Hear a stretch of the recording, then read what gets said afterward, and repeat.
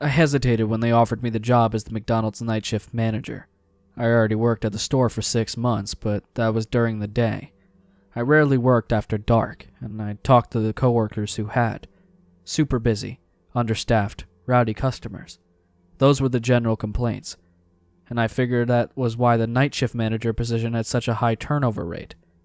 In 6 months, there had been 4 new managers, and then every single one of them had quit.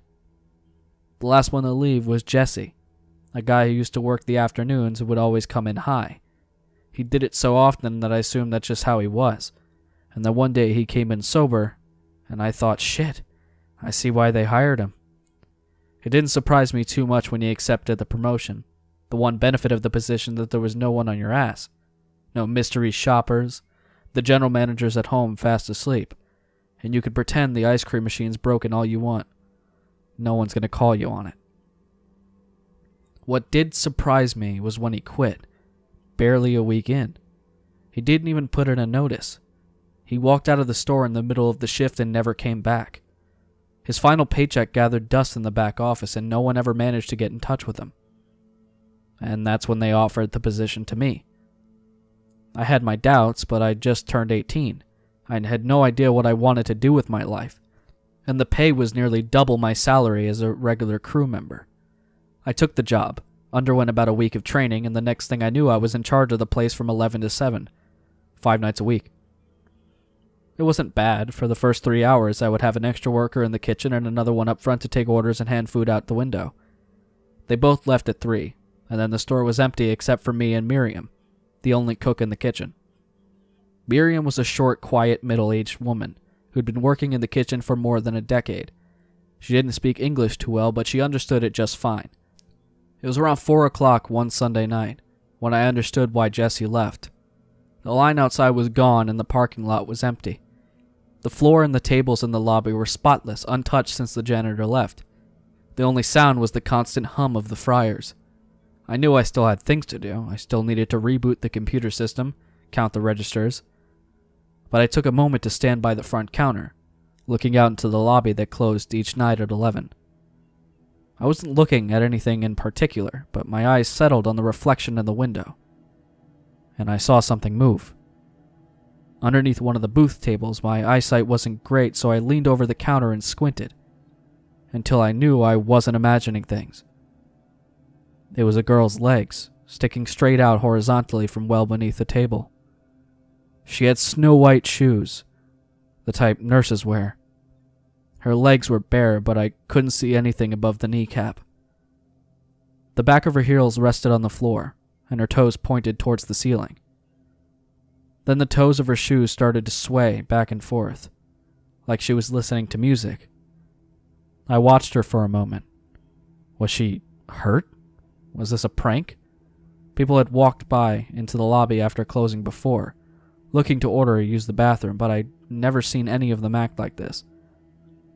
Usually they come right up to the front counter. I'd say, sorry, lobby's closed, and that would be the end of it, but this was weird. Hey! I shouted. Lobby's closed.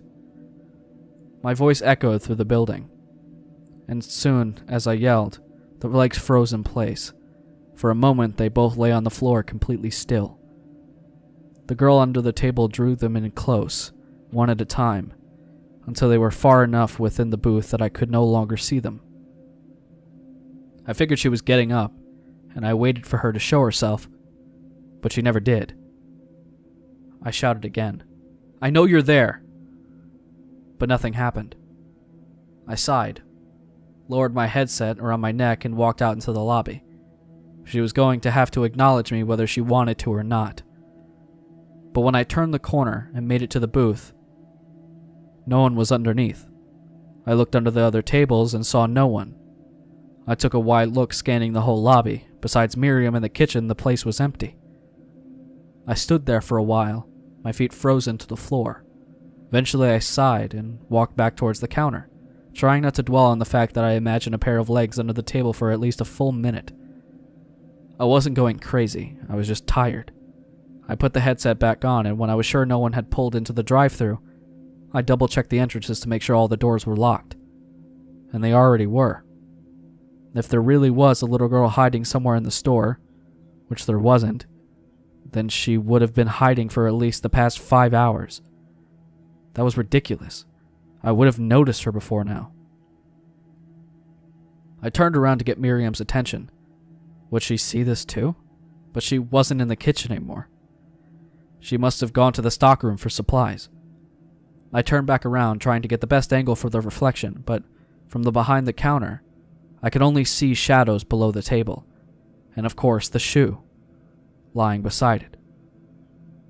A moment later, a small, pale hand reached out from the darkness, grabbed the shoe, and pulled it back under the table without a sound. I almost forgot to breathe. I stared at that reflection for an eternity, waiting for something to poke out again, for some other sign that this was real. I don't know how long it took me to realize the phone was ringing. Miriam called my name from the office. When I turned around, she was walking over to hand me the still ringing landline phone. I gave another look towards the reflection in the window before taking the phone and allowed myself to relax when again, I saw nothing. It's late, I'm exhausted, I'm not going crazy. I thanked Miriam and answered the call. I didn't expect much. At this time of night, no well-intentioned person would ever call us. It was usually a mistake, some kids pulling a prank or someone who wasn't sure if we were open 24/7 and wanted to call first before they drove all the way here. But I knew from the moment I heard the caller's voice that this was different. Help. Please help me. A young, soft voice trembled on the line. A little girl. My eyes drifted back across the lobby to the reflection in the window. Who is this? I'm stuck, she said. I didn't see anything unusual near the booth this time. I'm stuck under the table.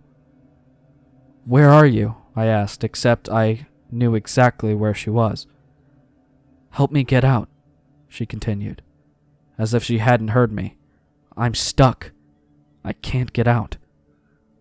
I could feel the hairs on the back of my neck standing up and my vision felt hyper-focused.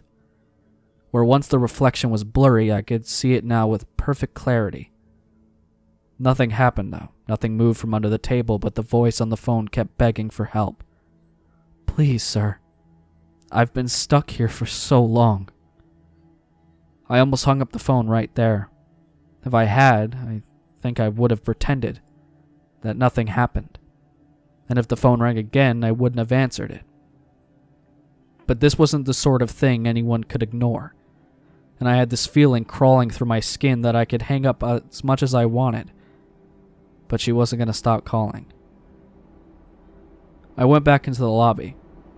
I didn't walk any slower than usual, but it seemed to take forever to make it to that booth. I kept thinking about Jesse, how he'd suddenly disappeared without an explanation. I crouched down and looked under the table, and just like last time, nobody was there. I gave a shaky sigh of relief. The voice on the phone felt so fake now. It was an obvious prank caller, one who happened to have picked the best possible time to mess with me. Nice one, asshole, I said into the phone, and for once I managed to cut the speaker off. Don't call this place again. But I can see you now, she said, sounding honestly confused. I'm right next to you. You're wearing a red and black uniform and a visor. Yeah, obviously, I said. If this was a prank caller, they needed to know the jig was up. This is McDonald's. We all dress like that. And your eyes are brown and you don't have a name tag. And if you have a cut on your right hand. Her descriptions kept going to the point where she was describing the way I was crouching down, to the shape of my nose, to the trembling of my hands. I looked at the window again, trying to see past my own reflection and into the parking lot outside. Someone's watching me from outside, I told myself, but I was wrong. The reflection was all I needed to see.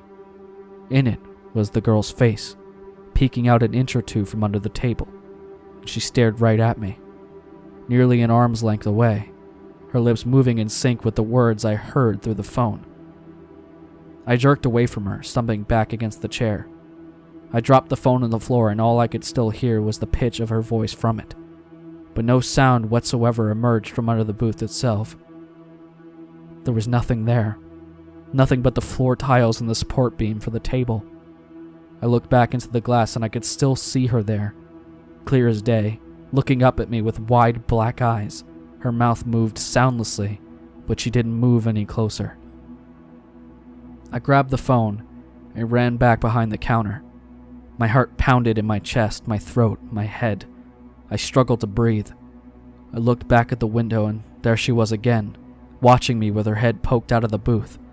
She frowned, and dark red tears started dripping down her face. I placed the phone back up to my ears and heard her again. "Why'd you leave? I thought you were going to help me. I'm stuck. I can't get out."